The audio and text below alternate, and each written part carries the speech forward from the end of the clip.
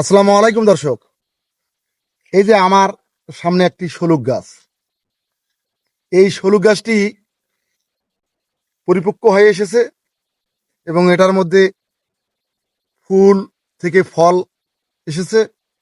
এই ফলগুলোই এখনো পাকা হয়নি, এই পাকার কাছাকাছি এসে গেছে। এগুলো যখন পেকে যাবে তখন এগুলো ডাইল অথবা প্যালকায় ব্যবহার করা হয় এবং এটি আসলে ডাইলে যখন ব্যবহার করা হয় বা প্যালকায় যখন ব্যবহার করা হয়, এটি সুস্বাদু।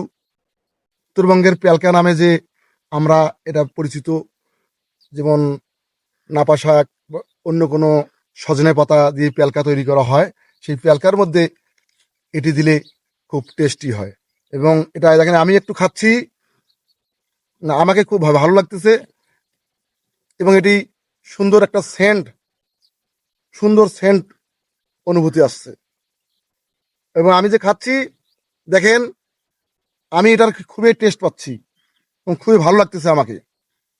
তা আপনারা এই শলুক গাছের ফল দিয়ে, অর্থাৎ শলুক যখন পেকে যাবে আপনারা সংগ্রহ করে এই গাছটির ফলগুলো আপনারা পেলকায় অথবা ডাইলে ব্যবহার করতে পারেন।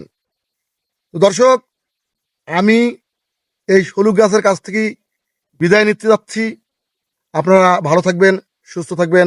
আল্লাহ হাফেজ।